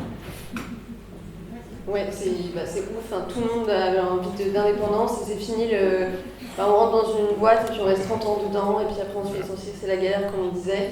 Les gens ont envie de se lancer, mais être indépendant, beaucoup on a dit, ça peut être aussi être un peu tout seul. C'est aussi ne plus avoir le rythme, je vais au bureau, j'ai mes collègues, la pause café, etc. et je rentre chez moi. Est-ce que vous avez des conseils, des erreurs à éviter pour s'épanouir et éviter de s'enfermer aussi dans le travail, s'enfermer dans la solitude, etc. Moi, il y a mon outil préféré, je pense que c'est les questions. Ceux qui suivent le podcast, d'ailleurs je suis curieux, et qui écoute le podcast? Peu de gens, c'est toujours cool. Eux le savent, que mon outil préféré c'est les questions. Mais il y a une citation que j'adore, qui vient d'un coach américain, qui dit « La qualité de notre vie dépend de la qualité des questions qu'on se pose. » Parce que, je ne sais pas si vous l'avez remarqué, on a une fâcheuse tendance à se poser des questions bien pourries, du style « Pourquoi j'y arrive pas? Pourquoi je suis nul? Pourquoi ça marche pas ?» Et quand on se pose ce genre de questions, bien sûr on va trouver des réponses, mais tout ce que ces réponses nous renvoient, c'est à quel point on est nul, à quel point ça va pas marcher, à quel point c'est risqué, etc. Et je trouve qu'une compétence qui est vraiment importante pour un indépendant, dans le sens de s'épanouir davantage, et de trouver davantage sa place, et de mieux travailler, etc., c'est d'apprendre à se poser des questions qui sont davantage à notre service. Et il y a un truc, encore une fois, ça vient du coaching, et j'ai l'impression que vous m'appeliez coach depuis tout à l'heure, mais je ne suis pas coach, je suis juste intéressé par le mouvement du coaching. Mais il y a un truc dans le coaching qu'on appelle le reframing, c'est-à-dire notre capacité à voir une situation donnée sous un angle qui est davantage à notre service, et qui est moins paralysant, par exemple. Et ça, je trouve ça ultra important comme compétence à développer, de se dire, là je suis face à une situation qui est potentiellement challengeante, comment est-ce que je change l'angle avec lequel je le regarde pour ne pas me rester pétrifié pendant un jour au lit, en pyjama parce que je peux, et plutôt utiliser ça comme une énergie pour se dire comment est-ce que je prends cette situation challengeante, j'en fais une opportunité pour moi, et je dépasse le challenge qui était face à moi pour avancer. Et du coup, apprenez à vous poser des meilleures questions, et si vous voulez, le podcast, il y en a 30 super puissantes à écouter, et la saison 3 sort bientôt, donc il y en aura encore plus. Fantastique. C'était mon instant pub avant. Et en plus, c'est gratuit. En plus, c'est gratuit. Ça, c'est génial. Moi, 3 petits conseils, voilà, vraiment gratuits. D'abord, faites les choses simplement. Simplement. Vous avez une expertise, un domaine de compétences. Concentrez-vous vraiment sur ce que vous maîtrisez, sur ce que vous savez faire. N'essayez pas d'être trop large, de vouloir tout embrasser, tout faire, parce qu'en fait, vous allez diluer votre image, diluer votre compétence et avoir moins de chances finalement de convaincre votre interlocuteur ou votre client. Faites simple et bien. Ça, c'est mon premier conseil. Deuxième conseil, on a une chance exceptionnelle aujourd'hui avec les réseaux sociaux. Ça peut être une faiblesse quand on en fait beaucoup trop, hein, c'est pas bon non plus, il faut l'utiliser ce pourquoi c'est fait, mais on a l'immense privilège d'avoir accès à une manne d'informations. Restez dans votre cœur business, connectez-vous à des gens, évidemment comme Thomas, voilà, qui diffusent des vidéos, qui donnent des conseils, qui vous permettent justement d'apprendre, de vous auto-former en permanence et d'être connecté. Ça, c'est pour le côté digital, avec les préconisations de tout à l'heure de faire de la frappe chirurgicale, de construire votre écosystème de qualité, privilégier la qualité à la quantité. Et le troisième conseil pour rester connecté physiquement, qui est un élément important, alors voilà encore une chose qui a littéralement, moi j'ai eu la chance de monter plein de sociétés. Quand je montais une boîte il y a 10-15 ans, je faisais comme tout le monde, je visitais des locaux dans Paris, je signais un bail, 369, j'apportais ma caution, je payais 3 mois de loyer de garantie, j'étais figé pour 3 ans, 6 ans, 9 ans. Alors aujourd'hui c'est terminé, hein, c'est fini. Hein. Vous avez des espaces de coworking exceptionnels pour 300 € par mois, vous avez des bureaux ouverts 24/24, 7 jours sur 7, vous êtes dans un écosystème incroyable, il y a du monde, ça bouge, vous pouvez vous isoler si vous avez envie de vous isoler, vous pouvez organiser des réunions, il y en a dans toutes les villes de France aujourd'hui et dans toute l'Europe. Voilà des écosystèmes qui favorisent encore une fois le contact, les échanges et qui peuvent permettre de donner vie à votre projet. Voilà, donc voilà, si j'ai trois conseils en essayant d'être le plus pragmatique possible, ce serait cela. Voilà. Merci, là, je suis d'accord avec ça. Qu'est-ce que je vais vous rajouter? Je suis plein quoi, à la fin. Je vais pas quelque chose de différent. Après, ouais, non, je pense que c'est. Après, moi, j'ai juste un constat. Enfin, je pense que vous avez de la chance. Tous les conseils sont bons à prendre. Vous avez comme de la chance parce que vous lancez freelance aujourd'hui, ou il y a 10 ans, ou il y a 20 ans, c'est pas la même chose. Les freelances qui sont entre guillemets sur le marché et qui ont 10, 15, 20 ans de freelancing dans les pattes, je vais dire, Ils en ont un peu bavé.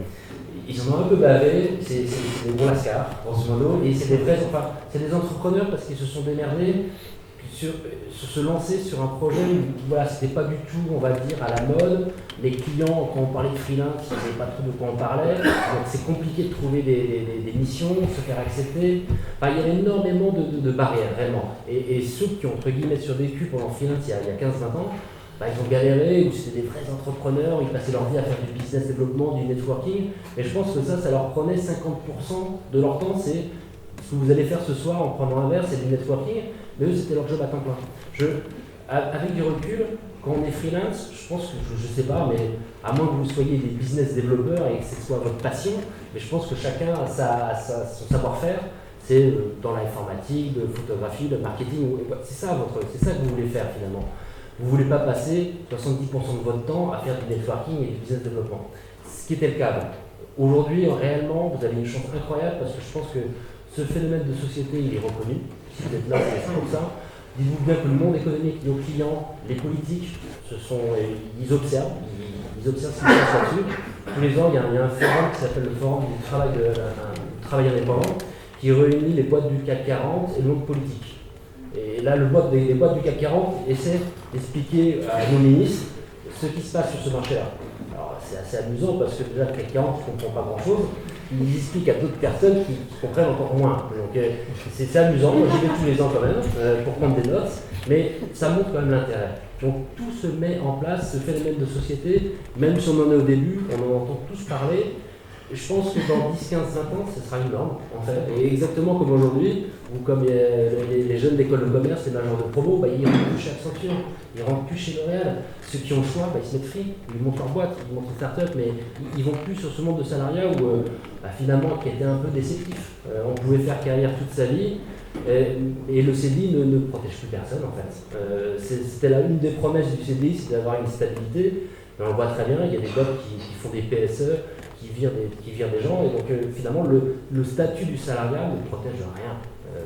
Ce qui va protéger les gens dans le monde du travail, pour moi, et ma conviction est là, c'est sa compétence. Que vous soyez... vous pouvez le faire aussi, si vous êtes d'accord. Non mais c'est ça qui vous protégera, d'avoir toujours un travail, c'est d'avoir des compétences. C'est ce que j'expliquais à certains de mes freelances ou à des clients. Ils disent oui mais bon, freelance c'est pas stable. Je dis oh, d'accord, très bien. Mettons un CDI, vous êtes un contrat indéterminé avec un préavis de 3 mois, attention de vous. Et en freelancing, on peut faire les contrats que l'on veut. On peut faire un contrat de 3 mois renouvelable ou un contrat de 6 mois avec un préavis de 3 mois. Ça ne change rien. C'est qu'un statut, c'est que du papier. Au final, si la personne doit se séparer du freelance ou doit se séparer du en CDI, il le fera quoi. Même si dans le droit du travail, il y a plein de contraintes. Mais c'est quand même moche de rester en job parce qu'il y a des contraintes pour l'employeur de vous garder. Il y a même Carlos Ghosn, regarde son contrat, Renault l'a rompu.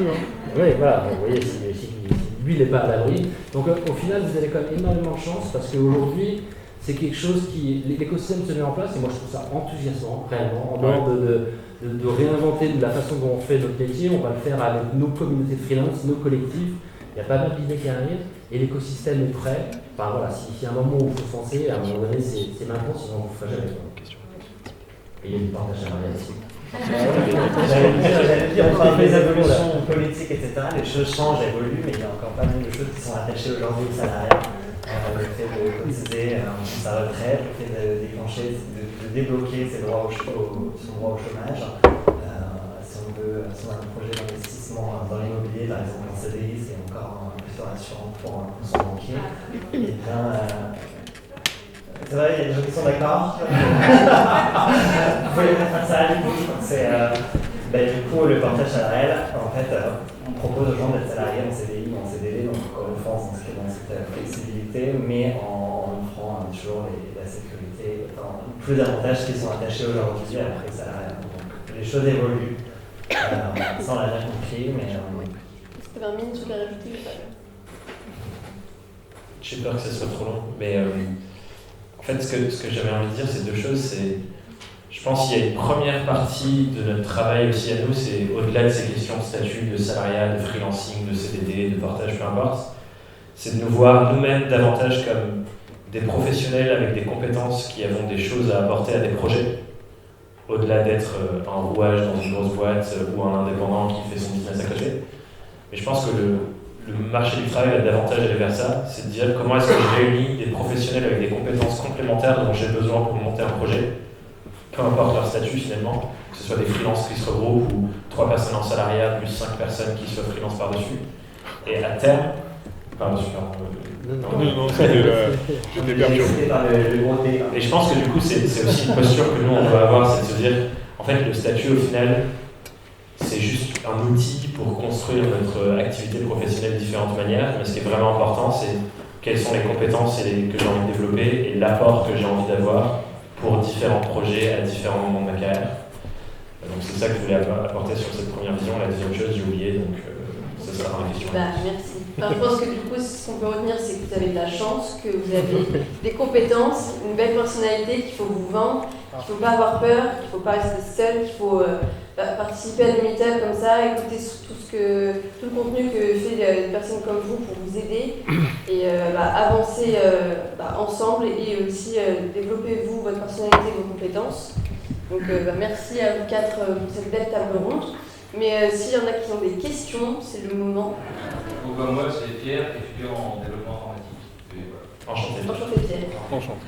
Et on vous demandait du coup si vous pensez que c'est une mauvaise idée d'être salarié et dans le même temps freelance le reste du temps. C'est pour toi. Eh bien, c'est une très très bonne idée. Alors, je ne sais pas si je suis supposé le dire, mais en fait, on peut faire appel au portage salarial pour différentes choses. Et il y a notamment, quand on est en micro-entreprise, par exemple, il y a un montant au-delà duquel on est un peu assujetti à la TVA et on peut éventuellement déclarer une partie de son activité en portage salarial, donc être salarié et indépendant. Ta question c'était quoi exactement? Est-ce que c'est une bonne idée d'être salarié et de faire des à côté, ouais. Ouais, par exemple, je sais pas, je suis pas Microsoft, temps plein, et le reste du temps, Je trouve que. Je suis pas sûr que contractuellement tu aies le droit. Ouais, je pense qu'il y a plusieurs questions qui se posent Chez effectivement. Microsoft. Il y a un premier truc de est-ce que c'est une opportunité qui est présente dans ton contrat, qui est disponible si tu es déjà salarié? Si tu ne l'es pas encore, ça peut être une discussion à avoir au moment du recrutement en disant moi j'ai vraiment envie de faire du free à côté. Est-ce qu'il laisse la place à ça ou pas? Il y a des boîtes qui commencent à le faire et je pense que clairement c'est une mouvance, moi je crois dur comme fer que dans 5 ans, 6 ans, 10 ans, le mi-temps en salarié pour faire des projets à côté, ce sera un vrai truc. Mais c'est déjà dans certaines boîtes, effectivement, mais je veux dire à échelle globale, toutes les grosses boîtes. C'est pas encore démocratisé. Ouais, voilà. Mais je pense que dans 5 ans, ce sera grave démocratisé. Du coup, ça c'est déjà un truc. Mais l'autre chose, c'est qu'effectivement, moi par exemple, je me suis lancé pendant mes études et j'étais en alternance quand je vais commencer à faire du free. Et je trouve que c'est une super opportunité de se dire, avant de faire le grand saut, entre guillemets, même s'il y a plein de protections en France qui font que c'est jamais vraiment le grand saut, mais si tu as envie de te tester sur commencer à démarcher, commencer à tester une offre, un message, commencer à communiquer dans un premier temps, surtout en tant que professionnel, pendant que tu as encore la sécurité du salarié et tu testes ça le soir, le week-end, le jour où tu te lances vraiment, tu as déjà de la preuve sociale, tu as déjà des contrats qui sont passés dans le passé, que tu peux peut-être perpétuer, tu as déjà des études de cas. Tu t'es déjà planté. Tu t'es déjà planté, du coup tu as appris. Mais je trouve que c'est une vraie réflexion stratégique, entre guillemets, de se dire, si j'ose pas y aller direct, à plein temps, de plein fouet, autant commencer avec des plus petites choses pour mettre un orteil dans la piscine et commencer à côté. Donc clairement, si toi tu te sens pas prêt à y aller à plein fouet, c'est un très bon premier pas. Mais encore une fois, prends en compte la réflexion de te dire, mon projet à long terme c'est de devenir free. Qu'est-ce que je fais maintenant tout en étant salarié pour construire ce projet dès maintenant? Ça peut être créer du contenu sur toi, ça peut être faire ton site, ça peut être aller networker, rencontrer des potentiels clients, mais pose des briques pour aller dans ce sens, quoi, pour ne pas faire tout du jour au lendemain. Bon, en synthèse, tu regardes ton contrat de travail pour voir si tu peux ou pas être en freelance et si tu peux, fonce. Ça répond à la question, ouais. Ton objectif c'était quoi? C'était pour tester l'eau ou c'est parce que tu... C'est quoi? moi je suis encore en cours pour l'instant, donc Il place ses pions, quoi. Non mais moi je trouve que c'est une très bonne idée pour tester l'eau, clairement. Commencer avec quelques petites missions ponctuelles, un jour, on-site, le week-end ou le soir, après un jour dans la semaine, et après en effet je pense que le monde du travail change et entre full-time CDI ou full-time freelance, il y a plein de degrés différents à aménager en même temps et faire du freelance 2 jours ou 3 jours par semaine. Donc ça là-dessus, je pense que les sociétés vont de plus en plus ouvertes par rapport à ça. Mon conseil, c'est quand même toujours de le faire de façon professionnelle, c'est-à-dire en parlant à ses employeurs et en discutant. Ils sont de plus en plus ouverts, tout le monde a un peu plus d'ouverture sur l'aménagement du temps de travail, et en effet, ça peut clairement se faire. Et je pense que c'est une très bonne idée pour tester l'eau. D'ailleurs, est-ce qu'il y a des gens qui sont encore salariés aujourd'hui et qui voudraient se lancer en free? Pour vous, un petit hack, je ne suis pas sûr que Pôle emploi serait très heureux que je partage, mais si vous commencez déjà à faire des missions rémunérées tout en étant salarié, quand vous vous lancez ensuite à plein temps, vous cumulez 100% de votre chômage et 100% de vos revenus. Ça s'appelle une activité continuée. Ouais. Une activité continuée ou un truc comme ça. Mais en gros, si on a gagné de l'argent en étant freelance tout en étant salarié, ils considèrent qu'on avait 2 activités et qu'ensuite, quand on se lance 100% free, on continue d'avoir 2 activités, donc le revenu free qu'on gagne 500, 1000, 10 000 et notre chômage. Ça, je savais pas. J'en ai bénéficié pendant 3 ans, c'était... Il y a une question, ouais. Enfin, c'était il y a 3 ans en tout cas, je ne sais pas exactement si c'est encore d'actualité, mais... Bien sûr, Pôle emploi évolue aussi. Ouais. Merde. Il s'adapte. Bon, bah, Quand on n'est pas trop d'accord, on fait quoi du coup? sorry. Alors bonsoir, c'est pas une question, c'est plus un conseil et ça rejoint un peu ce que vous venez de dire et les conseils un peu pour se lancer en freelance. Et moi, en tout cas, mon expérience, un des conseils que je peux donner, c'est de préparer donc, son bassin en conflit et se poser les bonnes questions, mais aussi côté matériel, etc. Et en fait, d'éviter d'être dans un schéma de démission ou de fin de contrat et d'être sûr en fait de pouvoir avoir quelques revenus, soit en ayant profité d'une fin de CDD, d'une rupture conventionnelle ou quoi que ce soit. Parce qu'en fait, le problème, c'est que si on se retrouve sans rien du jour au lendemain et qu'on commence à grappiller nos économies, on n'aura pas le temps en fait, d'avoir le luxe, parce que le temps c'est du luxe quand même, de préparer son offre, de se poser les questions, quelle position, etc. On aura tendance en fait à accepter n'importe quelle mission et en fait à se brader sur le marché. Donc pour les gens qui n'ont pas encore franchi le cap, c'est un conseil que je peux donner.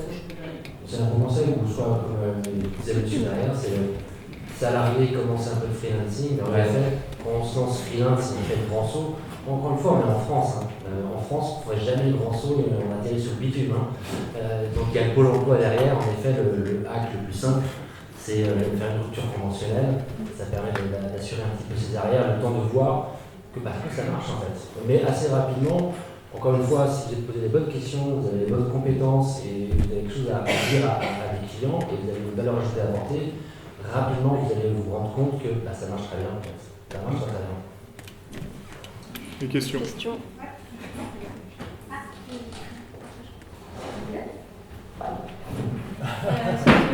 Faut parler dans le. Faut parler dans le micro. Voilà.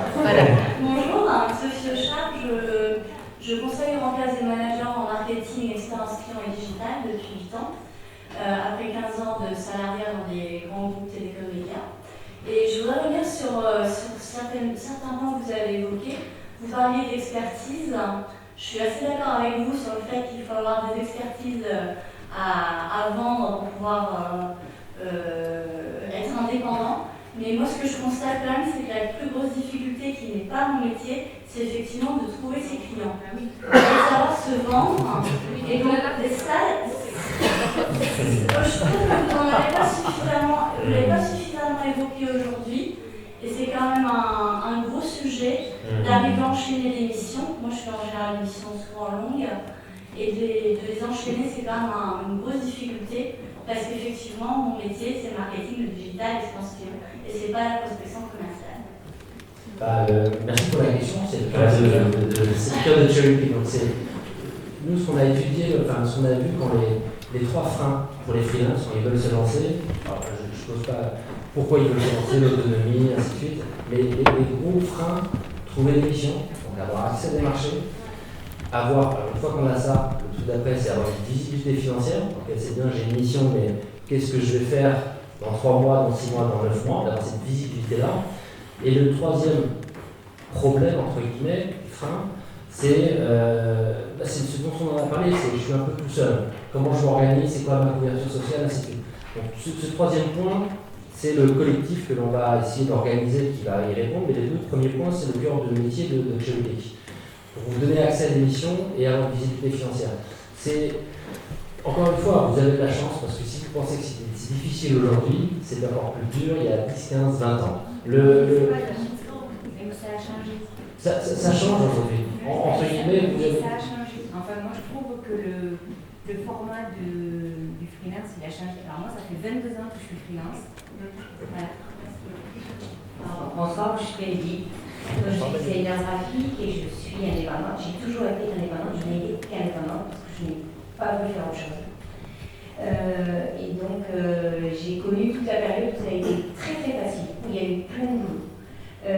Où en fait les gens, alors moi j'ai beaucoup travaillé dans le milieu culturel et dans les maisons de disques, et en fait il s'agissait de claquer des doigts et ça tombait, et beaucoup tout le temps, il y avait plein de trucs.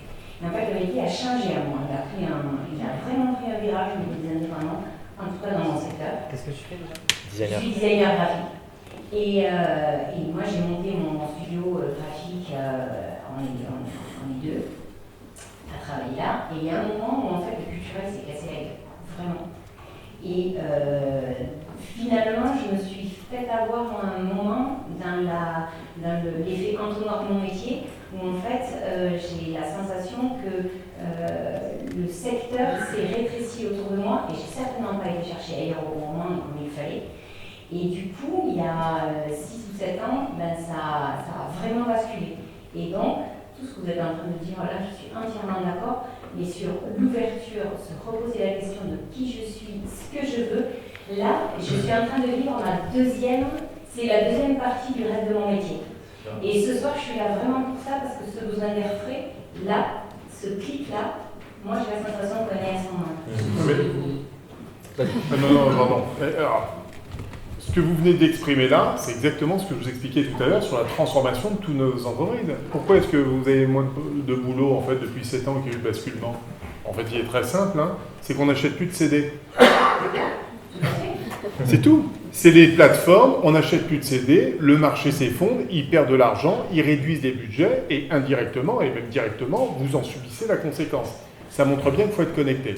J'aimerais revenir sur ce qu'a dit madame derrière, qui est très important, parce qu'en fait, il y a 2 sujets dans votre question. Il y a le problème, c'est quand je suis indépendant, comment je fais pour trouver mes premiers clients? Et les suivants. Et alors, non mais, alors c'est le deuxième sujet, qui est encore plus compliqué, c'est je suis en mission, qui peut durer, je sais pas, 3 mois, 4 mois, 6 mois. J'ai une date de fin, il faut que je... ou pas. On va dire qu'on a une date de fin, il faut que je trouve ma nouvelle mission. Mais le problème, c'est que je travaille. Donc il faut investir du temps, alors qu'en fait, j'en ai pas parce que je termine la mission. Donc ça, c'est un vrai sujet. Quand on est indépendant, il y a une chose qui est très importante, c'est qu'aujourd'hui, il y a énormément de plateformes, de connexions, il faut être connecté, et surtout, il faut être organisé dans son travail pour anticiper. Alors, je sais que parfois, c'est compliqué, parce que vous le dites vous-même, parfois, on ne connaît pas tout à fait la fin de mission, mais bon, vous sentez quand même les choses, vous êtes en relation avec le client. Oui. Non mais, je suis d'accord, mais... Non, mais le problème, c'est pas de perdre ton job, c'est de pas en retrouver. C'est pas grave, ça. Dans le freelancing, je pense que, encore une fois, le perdre un job ou perdre une mission, ou quitter une mission parce qu'elle nous intéresse un peu moins, peu importe si on a la confiance d'en retrouver une derrière. Et bah, ça va être notre job. Ça va être notre job. Je pense qu'en effet, là-dessus, on est assez complémentaires. C'est que moi, nos collectifs, nos communautés de freelance, ils ont des compétences spécifiques sur des domaines. Et moi, j'en suis persuadé, peu importe le domaine de chacun de vous ce soir, c'est pas le business développement. C'est pas très sexy, hein, le business développement. On passe notre vie à rencontrer des clients, on les appelle, on négocie des accords cadres. Mon objectif, c'est ça, c'est d'ouvrir ces marchés-là, d'ouvrir des grands comptes, surtout ces grands comptes. Pour moi, ce que l'on peut faire chez Geotic, c'est ouvrir des grands marchés qui sont entre guillemets des chasses gardées, réservés à d'autres intermédiaires, des grosses boîtes de conseil, qui noyautent un petit peu tout ça et qui sont des goulots d'étranglement pour moi. Non seulement c'est des goulots d'étranglement parce qu'on n'a pas accès à l'information, et ce sont des goulots, des mauvais intermédiaires, parce que ils les font payer. Hein, c'est à chaque étape, vous avez un intermédiaire, les grosses boîtes de conseil prennent 30 à 40 points du markup. Comme ils ne vous connaissent pas, les freelances, ils passent par les brokers. Les brokers, eux, prennent 25 points. Donc, l'information circule mal et il y a 40-60% de la marge qui est dans les intermédiaires. C'est les deux choses, c'est les deux constats qu'on veut nous changer. Et moi, notre job, c'est d'ouvrir ces marchés-là. Mais encore une fois, ça se fait là maintenant. Donc, de plus en plus, vous aurez accès à ces marchés-là. Ce sera transparent sur les marges. Donc, il y a un petit à côté qui n'est quand même pas négligeable, parce que là, au moins, vous avez la vraie valeur ajoutée. Quand nos clients payaient 1 000 € un freelance, le freelance était payé 500 à un moment donné à cause de tous ces intermédiaires.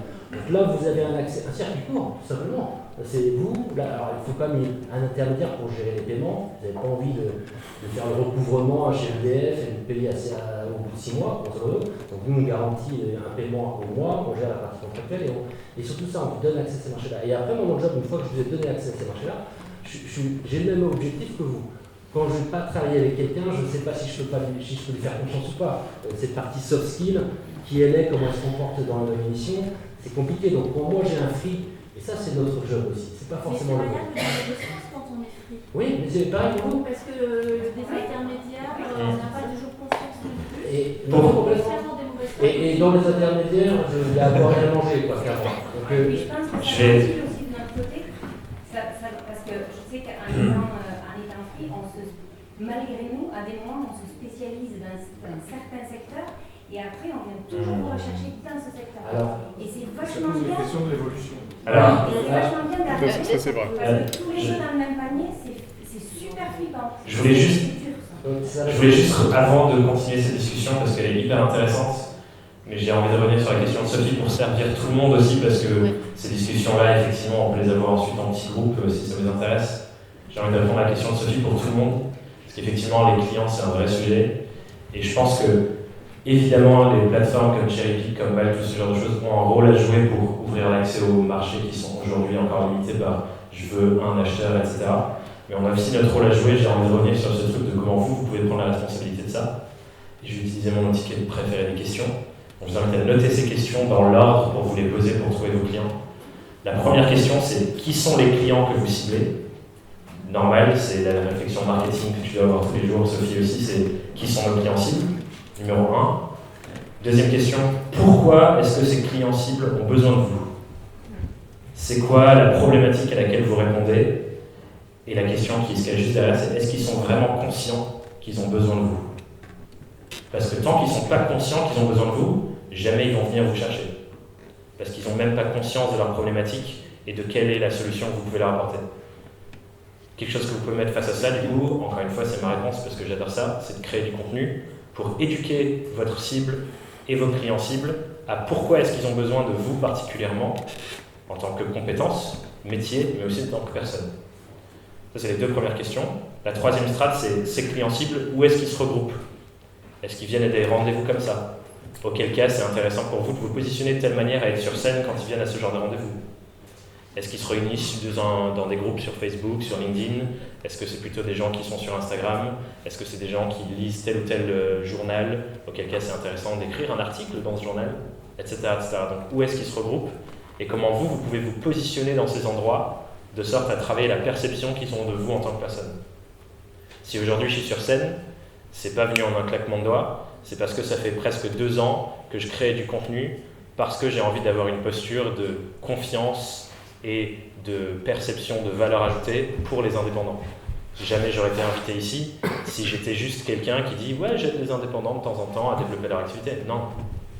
J'ai sorti un podcast avec aujourd'hui presque 100 000 écoutes dessus, 30 épisodes. Je sors toutes les semaines quelque chose sur ma chaîne YouTube. J'écris des centaines de newsletters avec des conseils super concrets. Ce qui fait que dans le temps, avec l'effet cumulé, 2 ans plus tard, je suis là en train de vous donner des conseils qui ont bien sûr évolué, mais il y a 2 ans, je savais beaucoup des choses que je dis. Mais juste, j'étais pas à l'endroit où les gens m'écoutaient.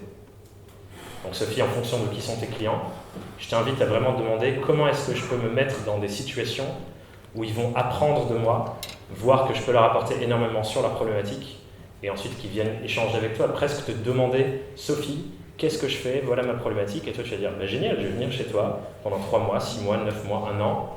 Voilà ce qu'on va mettre en place et on va trouver une solution. » Mais s'ils ne viennent pas te poser la question à toi, ils ne vont pas venir te chercher en fait. Mais c'est une expertise particulière quand même. Enfin, c'est quand même une compétence à développer. Complètement. Pas forcément quand on est indépendant. Entièrement d'accord. C'est un métier qui est différent de celui-là. Entièrement d'accord. Et c'est aussi un des grands enjeux de l'indépendance. Un des grands enjeux de l'indépendance, c'est de se dire, quand on devient indépendant, on ne fait pas notre métier 100% du temps. C'est pas vrai. On a d'autres compétences à développer. On doit apprendre à se mettre en avant, nous, comme notre meilleur produit. Tu fais du marketing, j'imagine que tu as bossé dans des grandes boîtes et tu as vendu plein de produits différents. Aujourd'hui, le produit prioritaire pour toi, c'est toi-même.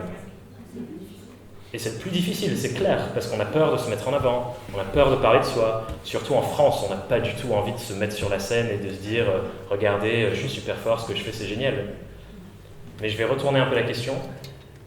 Si tu as vraiment envie de servir tes clients et tu considères qu'il y a des boîtes qui ont vraiment besoin de toi, parce que sinon elles vont potentiellement se casser la gueule, c'est égoïste de ta part de ne pas prendre la parole, parce que ça se trouve, leurs projets vont mourir s'ils n'ont pas accès à ce que tu fais. C'est drôle, hein, c'est vraiment drôle, mais si on retourne le truc et qu'on voit les choses comme ça, au final, c'est quoi prendre la parole sur ce qu'on fait?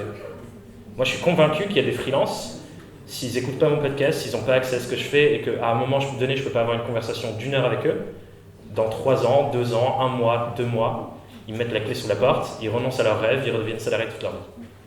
Donc c'est un enjeu plus fort pour moi de créer ces contenus, de passer du temps, des week-ends, des soirées à faire ça, parce que les indépendants, c'est les gens qui m'inspirent et que j'ai vraiment envie de servir. J'espère que ça t'aide et si tu veux, on en parle après avec grand plaisir pour continuer. Il y a une question à droite. Oui, dernière petite question. Merci. Alors bonsoir, je m'appelle Francesca, donc j'ai monté. Voilà, là on parle beaucoup de freelance, mais je me demandais déjà la différence entre un freelance et quelqu'un qui veut monter une boîte. Parce que ce qu'on dit en fait, c'est vraiment on doit avoir des compétences voilà, 360 degrés. Et en fait, en général, on monte un projet, c'est parce qu'on est très passionné par ce qu'on fait. Donc déjà ça prend toute la place. Et qu'on décide d'en faire un métier, alors ça prend tout. Et donc la question, enfin c'était plus, je me demandais si vous avez des petits tips comme ça à nous donner pour justement essayer de séparer un tout petit peu, parce qu'on parle beaucoup d'épanouissement, etc. Mais parfois, je me dis, mais en fait, à quel moment on arrive, enfin en général, on quitte une boîte parce qu'on veut essayer d'avoir quand même un minimum de vie privée épanouie. Et en fait, quand on décide de monter une boîte, on se rend compte que ça prend toute la place. Alors, comment faire avant que... Comment un peu séparer sa vie privée et sa vie pro? Trouver l'équilibre en tout cas, bien séparé. Vous avez voilà, des petits tips comme ça, parce que parfois je me dis vraiment, mais on bosse tout le temps, on est voilà, sa force travail, et sa force travail dans cette chambre-là, ça peut être beaucoup, mais alors... Je vais pas donner un bon exemple, je vais passer la parole, parce que moi j'ai quitté mon salarié pour monter la boîte pour cette raison-là, parce que j'étais moins impliqué, j'avais besoin de cette implication, de ne pas avoir de distinction. C'est pas forcément quelque chose que je recherche, d'avoir cette frontière-là. Au contraire, je pense que monter sa boîte, voilà, c'est vraiment l'impression de travailler. Vous pouvez passer des 35 heures salariées, c'est 70 heures d'un entrepreneur qui est passionné par ce qu'il fait. Voilà. Pour moi, perso, je ne cherche pas trop cette balance. Mais c'est pour ça que je ne réponds pas à la question. Alors là on change de domaine, puisque là on parle, c'est l'esprit d'entreprendre. Comme je dis, c'est entreprendre, finalement, être chef d'entreprise, c'est avoir une idée, avoir capacité de donner vie à cette idée. Et c'est vrai que la plus grosse difficulté, c'est que quand on débute un projet entrepreneurial, on a énormément de choses à faire. Vous êtes d'accord avec moi? Finalement, quand on est chef d'entreprise, on demande d'avoir une idée, de faire du commerce, du marketing, du juridique, du social, du RH, de la finance. Et vous êtes bien d'accord avec moi, il y a quand même globalement peu d'individus qui ont la capacité de pouvoir, d'une part, maîtriser tous ces environnements et de pouvoir tout gérer. Bon. La grosse erreur que font beaucoup d'entrepreneurs quand ils montent un projet, c'est d'essayer d'être superwoman, de faire tout soi-même et finalement de se planter, ou si ce n'est pas se planter, c'est se décourager. La première qualité d'un chef d'entreprise, c'est sa capacité à s'entourer. C'est la capacité à réunir des compétences, des talents, des conseils, des amis, des connaissances, et surtout, je l'ai dit tout à l'heure, concentrez-vous là où vous êtes excellent, là où vous êtes excellent dans votre domaine. Je vais vous donner un exemple. Moi, j'ai monté une boîte. J'ai évidemment beaucoup de défauts, mais j'ai une qualité, c'est que je ne suis pas un trop mauvais commercial quand je vends quelque chose. Et par contre, quand j'ai monté ma boîte, j'étais un très mauvais producteur. J'ai monté un cabinet de chasse en système d'information, j'avais 19 ans, je ne connaissais rien au RH, je ne connaissais rien au système d'information. Je ne suis pas arrivé en disant « Bonjour, je suis consultant expert en recrutement informatique, confiez-moi vos recrutements. » Qu'est-ce que j'ai fait? J'ai bâti mon offre, je l'ai packagé, j'ai observé mes concurrents, j'ai pris ce qui me semblait malin à droite à gauche, j'ai amené ma touche de modernité. J'ai packagé mon produit. Deuxième chose que j'ai faite, c'est que je suis allé chercher mes premiers clients, parce que c'est ma force. Je suis arrivé avec ma bonne bouille, j'ai frappé, j'ai signé avec la Redoute. Voilà. Puis la Redoute, Christine Barrault, elle est arrivée, elle m'a confié 4 postes. De là, je me suis dit, j'ai du chiffre d'affaires. J'ai embauché un consultant, un ancien DSI informatique, qui avait 51 ans, qui m'a amené un peu de cheveux blancs, un peu d'expertise, qui avait été licencié dans un grand groupe, et qui a accepté de venir au début à mi-temps et de prendre les 4 missions. C'est comme ça que j'ai monté Solic, et c'est comme ça qu'en 4 ans, j'en ai fait le premier acteur, et 4 ans après, j'avais 100 personnes dans mon entreprise. Ce que je veux dire par là, c'est que peu importe la taille du projet que vous voulez vous donner, gardez bien l'esprit de garder votre énergie là où vous excellez, là où vous êtes bonne, parce que c'est votre savoir-faire, c'est là où vous allez faire la différence, et faites-vous aider d'une manière ou d'une autre, par du bénévolat, par des amis, par un copain qui est avocat, qui est juriste, qui est financier, qui va vous aider à faire un petit business plan très simple. Voilà. Plutôt que d'essayer de tout faire soi-même, où vous allez passer 80 heures, vous allez perdre votre conjoint, si vous avez les enfants vont en pâtir, ça va s'engueuler, ça va divorcer, puis après avec Stéphane, on en sera au 3e divorce. Voilà. Et le dernier point, moi si je devais conclure là-dessus sur un élément important, moi je vais vous citer ma phrase fétiche. Être entrepreneur, c'est finir par réussir à force de ne jamais abandonner. Donc gardez votre énergie, soyez positif, de l'enthousiasme, restez pragmatique et donnez vie à vos projets. C'est tout ce que je peux vous recommander. C'est le mot de la fin, c'est ça? Non, pour moi, oui. J'ai un petit exercice à vous proposer avant qu'on passe... Pour finir en beauté, et après on se retrouvera pour... Moi j'ai oublié le 1, 2, 3, 4. On peut échanger directement pour poser encore vos questions et comme on l'a dit, échanger entre vous aussi et construire un peu votre communauté. Quoi. Ouais. Du coup, je vais vous proposer un petit exercice et ensuite, s'il y a des questions, des gens qui ont d'autres questions, moi je vais rester toute la soirée, je me suis rendu dispo pour ça, donc si vous avez des questions, je vais me mettre avec une bière dans un coin et venez, et je suis trop content de discuter avec vous encore, donc juste sachez, je suis une ressource à exploiter ce soir, venez m'exploiter. L'autre exercice, parce qu'on a dit au début, c'est hyper important de se connecter, d'avoir du réseau, etc. Donc c'est un exo que je fais à la fin de tous mes événements, sachez-le pour le futur s'il y a revenir. Maintenant, je vais vous tourner vers quelqu'un à côté de vous que vous ne connaissez pas et je veux que vous vous présentiez, que vous pitchiez votre projet ou votre boîte, si c'est une boîte, ou votre activité freelance, dans l'objectif de faire comprendre à la personne ce que vous faites, ce que vous vendez, etc. Donc je vais vous donner une petite construction pour vous. Ne dites pas « Bonjour, je m'appelle machin, je suis X ». Définissez-vous en disant j'aide telle typologie de personnes à faire telle typologie de choses ou à faire telle typologie. Sophie, tu l'as plus ou moins bien fait tout à l'heure. Mais utilisez cette construction-là et voyez est-ce que la personne comprend, est-ce qu'elle vous pose la question de comment ça se passe concrètement et discutez un peu de ça, de comment vous vous présentez et de comment vous pitchez et de c'est quoi votre positionnement. Et comme ça, du coup, vous allez pouvoir poser la question. Ça vous va? Est-ce parti quelqu'un que vous ne connaissez pas et on se lance. Et moi, je serai en point.